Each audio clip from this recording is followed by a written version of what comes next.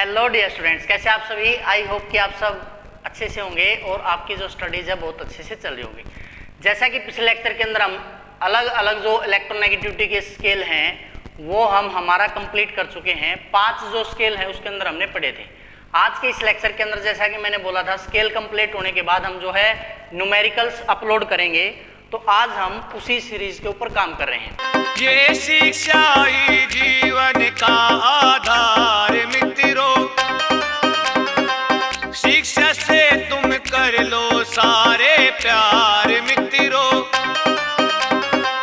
अनपढ़ता का दुख से भारा, शिक्षा लेरी गेल गुजारा। शिक्षित कर लो गुण बासारा, मन में लो इबदार मित्रों। ये शिक्षा ही जीवन का आधार मित्रों। इसके अंदर हमारा सबसे पहला न्यूमेरिकल आता है। इसकी स्टेटमेंट मैंने पहले से लिख दी है, नहीं लिखी है, देखो अब आ जाएगी। तो इस स्टेटमेंट के अंदर क्या बोला गया आपको, give trend in electronegativity in carbon and nitrogen derivative. मतलब जब कार्बन और नाइट्रोजन डेरिवेटिव का मतलब क्या है, उसके साथ जब अलग अलग सब्स्टिट्यूएंट जुड़े होंगे विद चेंज इन हाइब्रिडाइजेशन। मतलब अगर कार्बन के साथ कोई sp3 हाइब्रिडाइज्ड है तो उसकी इलेक्ट्रोनेगेटिविटी क्या होगी, नाइट्रोजन के साथ अगर sp3 है उसकी इलेक्ट्रोनेगेटिविटी क्या होगी। ये मैंने आपको थ्योरी में भी थोड़ा सा आइडिया इसका दे दिया था और दोनों के लिए मैंने वहां पे भी बताया था। यहाँ पे अब हम इसका आंसर देखते हैं। यहाँ पे सिंपल सा पहले तो हम लिख लेते हैं, अगर हाइब्रिडाइजेशन जो भी है हमारी अलग अलग जो हो सकती है, फिर वहां पे मैंने आपको बताया था इस तरह के क्वेश्चन के अंदर आपको देखना होता है उसके अंदर परसेंटेज एस कैरेक्टर। फिर देखेंगे हम कार्बन की इलेक्ट्रोनेगेटिविटी क्या होगी और नाइट्रोजन की इलेक्ट्रोनेगेटिविटी क्या होगी। सबसे पहले हम जो हाइब्रिडाइजेशन ले लेते हैं वो ले लेते हैं हम हमारी sp3 हाइब्रिडाइजेशन। क्या ले लेते हैं सबसे पहले, sp3 हाइब्रिडाइजेशन। sp3 हाइब्रिडाइजेशन का मतलब क्या है कि जिसके अंदर जो हमारा s कैरेक्टर होगा वो कितने परसेंट होगा भाई, 25% s कैरेक्टर होगा। मैंने क्या बताया था आपको, जिसके अंदर जितना ज्यादा क्या होगा s कैरेक्टर होगा उतनी ज्यादा क्या होगी उसकी इलेक्ट्रोनेगेटिविटी होगी। ठीक है, जैसे मैं कार्बन के लिए ले लूं इसको, तो कार्बन के लिए sp3 हाइब्रिडाइजेशन में हमारा क्या बनेगा भाई, CH4 बनेगा। चारों के 4 सिग्मा होंगे हमारे। तो यहाँ पर जो इलेक्ट्रोनेगेटिविटी मिली कार्बन की वो कितनी मिली भाई, 2.53। कितनी थी इलेक्ट्रोनेगेटिविटी, 2.53। ठीक है, इसके बाद आगे चलते हैं हम, CH2 डबल बॉन्ड CH2। ये कौन सा हाइब्रिडाइज अभी हमारा, sp2 हाइब्रिडाइज है। इसके अंदर परसेंटेज एस कैरेक्टर कितना होता है हमारा, 33। अब अगर आपको ये वैल्यूज याद ना रहे इलेक्ट्रोनेगेटिविटी की तो आप ऑर्डर में भी लिख सकते हो कि सबसे ज्यादा इलेक्ट्रोनेगेटिविटी होगी जब कार्बन के अंदर सबसे ज्यादा एस कैरेक्टर होगा। सबसे ज्यादा एस कैरेक्टर किसके अंदर होता है हमारा, sp के अंदर, यानी इससे तो ज्यादा होगी लेकिन जिसमें sp हाइब्रिडाइजेशन होगी उससे कम होगी। तो ये जो वैल्यू है अप्रोक्स होती है हमारी 2.75।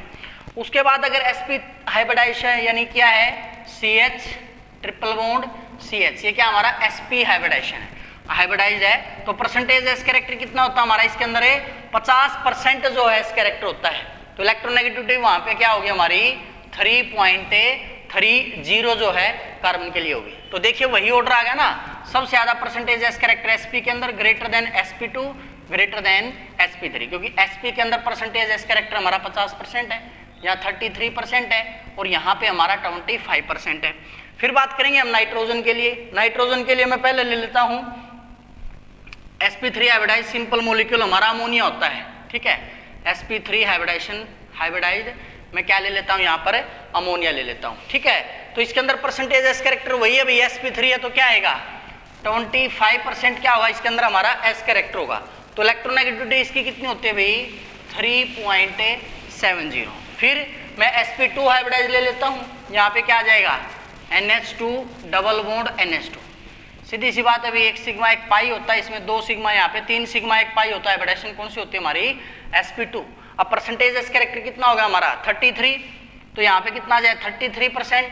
तो इसके लिए पोलिंग इसकी जो वैल्यू है भाई इलेक्ट्रोनेगेटिविटी की वो कितनी मिलेगी, 4.10।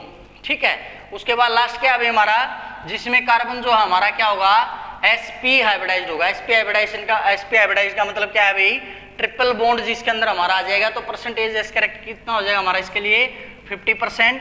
और जो वैल्यू हो जाएगी इलेक्ट्रोनेगेटिविटी की वो हो जाएगी इसकी हाईएस्ट 5.10। तो यहाँ पे भी आपको सेम ट्रेंड दिखाई दे रहा है, जितना ज्यादा एस कैरेक्टर हमारा बढ़ रहा है उतनी ज्यादा क्या बढ़ रही है हमारी इलेक्ट्रोनेगेटिविटी। क्लियर है।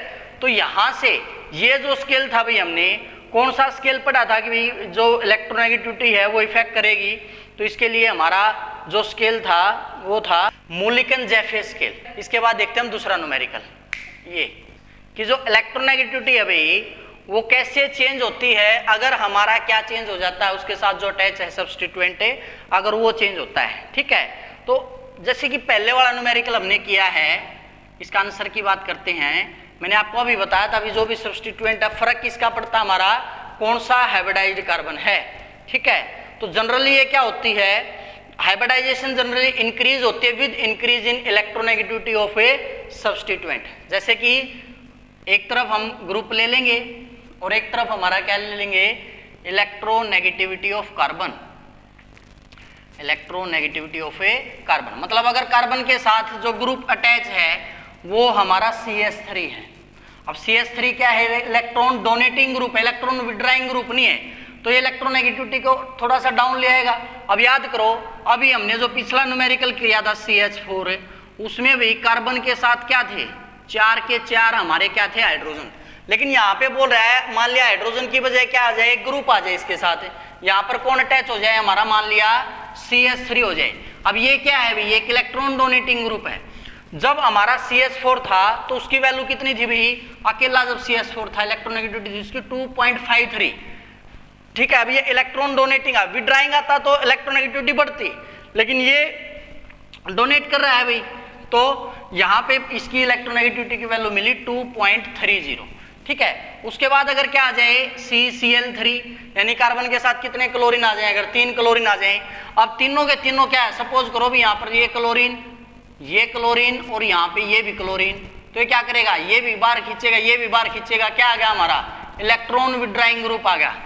तो इलेक्ट्रॉन विड्राइंग ग्रुप है तो पोलैरिटी ज्यादा आएगी, इलेक्ट्रोनेगेटिविटी ज्यादा आएगी, की वैल्यू कितनी आती है हमारी 3.30। और अगर क्लोरीन की जगह CF3 आ जाए, यहाँ पे मान लिया यहाँ पर CF3 आ जाए, 3 फ्लोरीन आ जाए, क्लोरीन से भी ज्यादा इलेक्ट्रोनेगेटिविटी जो है फ्लोरीन की है, तो इसकी इलेक्ट्रोनेगेटिविटी वैल्यू रहती है हमारी 3.335। क्लियर है। तो इस प्रकार से ये आपका सेकंड न्यूमेरिकल होगा। इसके बाद बात करते हैं हम थर्ड न्यूमेरिकल की। अब इस तरह के न्यूमेरिकल में एक चीज तो क्लियर होगी, उसने R दिया यानी डिस्टेंस दिया है, डिस्टेंस दिया है यानी इसके लिए हमें जो अप्लाई करना पड़ेगा स्केल, वो कौन सा स्केल अप्लाई करना पड़ेगा आपको, अल्रेड-रोको स्केल। क्या अप्लाई करना पड़ेगा आपको, अल्रेड-रोको स्केल, या इसको हमने क्या बोला था, AR स्केल। तो सबसे पहले तो इस तरह केस में हमें उसका फार्मूला याद होना चाहिए भाई। अब इसका फार्मूला क्या था भाई, जो चाई AR था, इलेक्ट्रोनेगेटिविटी स्केल ऑफ अल्रेड-रोको, वो उसका क्या फार्मूला था हमारा 0.359 Z effective by R square plus 0.744, ये हमारा फार्मूला था।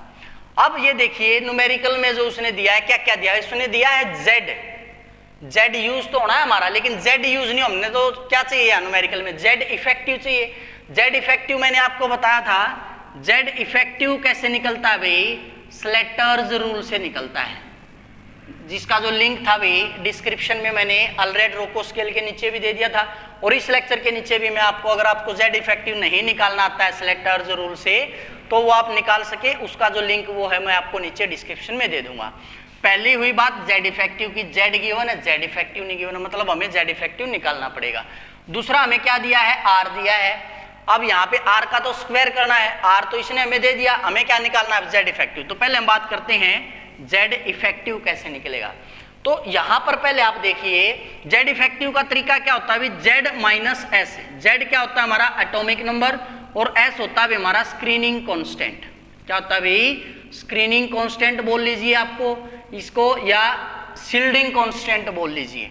तो Z इफेक्टिव आप कैसे निकालोगे, Z तो इसने दिया है 6 माइनस, आपको निकालना पड़ेगा भी स्क्रीनिंग कांस्टेंट।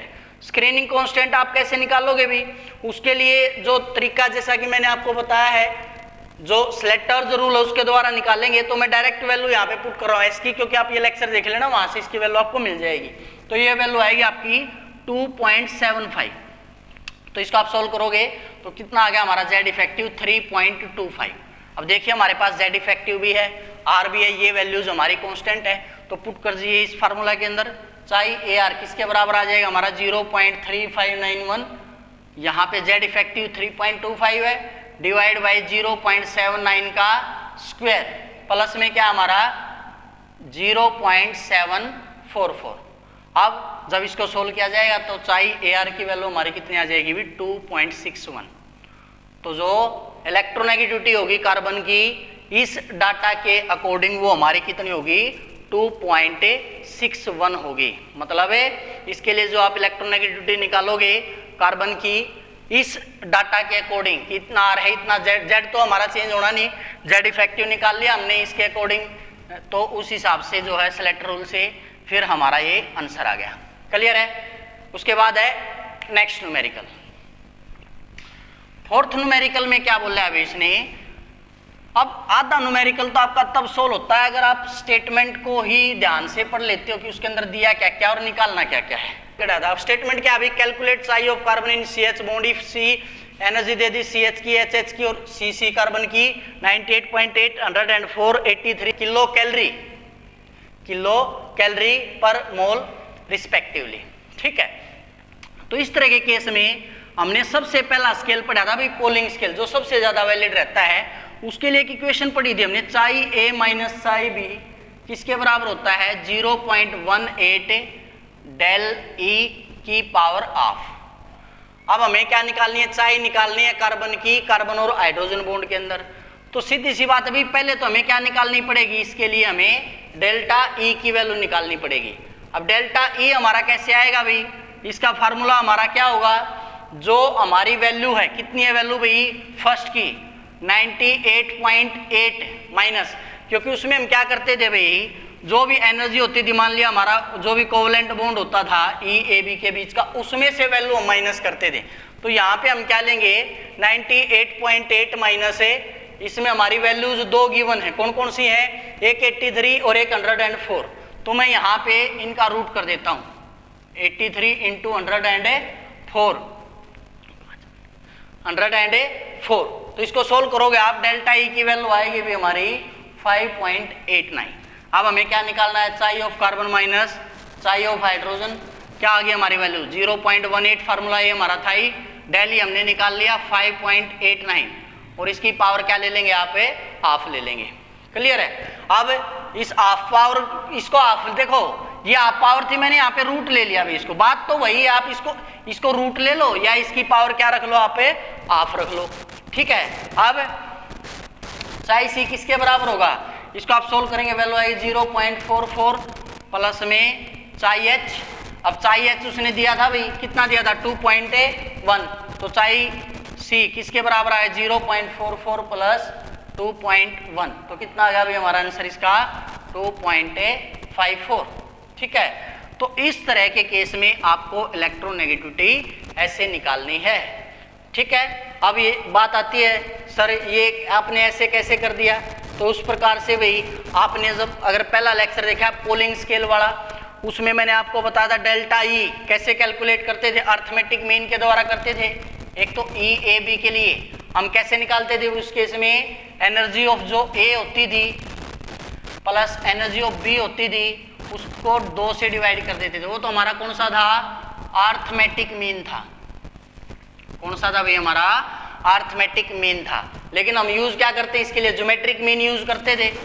ज्योमेट्रिक मीन में क्या होता था जी, EAB कैसे निकालते थे, EAB माइनस अंडर रूट, देखिए ये वाली जो वैल्यू है EAB होगा हमारा कितना 98.8 माइनस में क्या कर देते थे energy of AA into energy of BB का रूट। देखिए एनर्जी ऑफ AA का मतलब क्या भाई, सेम एटम HH की ये एनर्जी थी और CC की ये एनर्जी थी, तो इसको हमने मल्टीप्लाई किया, इसको सोल्व किया, तो तभी ये हमारी वैल्यू आई थी। क्लियर है। तो इस प्रकार से जो है अभी यहाँ पे न्यूमेरिकल को सोल्व कर लेते हैं। ठीक है। एक न्यूमेरिकल और देखते हैं हम, नेक्स्ट न्यूमेरिकल हमारा नेक्स्ट न्यूमेरिकल के अंदर क्या कहता है भाई, ये मैं आपको होमवर्क दे देता हूं, इसका जो आंसर है भाई आपको कमेंट बॉक्स में मेरे को कमेंट करना है, और अगर आपको आंसर नहीं आता है तो फिर नेक्स्ट जो वीडियो होगी उसके अंदर हम इस न्यूमेरिकल को करेंगे। तो स्टेटमेंट क्या अभी फिफ्थ न्यूमेरिकल की हमारी, calculate the electronegativity of fluorine atom from following data. Data क्या दिया है भाई आपको, एनर्जी ऑफ एचएस दी गई है, एनर्जी ऑफ फ्लोरीन दी गई और एनर्जी ऑफ एचएफ दी रही, लेकिन उसने क्या पूछी है, अकेले फ्लोरीन एटम की एनर्जी उसने पूछी है। तो इसके लिए जो थोड़ा सा हिंट तो मैं दे देता हूं, हमारा जो फॉर्मूला अप्लाई होगा वो क्या होगा हमारा, चाई ए माइनस चाई बी, वो किसके बराबर होगा भाई हमारा 0.18 डेल ई की पावर हाफ। क्लियर है। इसके बाद भाई वही तरीका हम अप्लाई कर देंगे, डेल्टा ई कैसे निकालते हैं हम, जो भी ई ए बी है उसमें से माइनस कर देंगे, ई ए ए इंटू ई बी बी की पावर हाफ ले लो या रूट ले लो उसका, फिर जो वैल्यू आएगी उसको हम इस इक्वेशन के अंदर पुट कर देंगे डेल्टा ई की, और इस तरह से आपका इसका आंसर आ जाएगा। क्लियर है। तो इस न्यूमेरिकल का आंसर मेरे को कमेंट बॉक्स में ज़रूर आंसर कीजिएगा। आज के लेक्चर के अंदर इतना ही। नेक्स्ट लेक्चर में हम करेंगे भाई हमारी next unit start covalent bond, जिसका एक लेक्चर तो आई थिंक पहले आ चुका है, उससे नेक्स्ट हम स्टार्ट करेंगे, और उसका जो फर्स्ट लेक्चर हो चुका है उसका भी लिंक मैं आपको नीचे डिस्क्रिप्शन में दे दूंगा। आज के लेक्चर के अंदर इतना ही। तब तक पढ़ते रहिए, बढ़ते रहिए और जुड़े रहिए प्लस जुलाना के साथ। Thank you.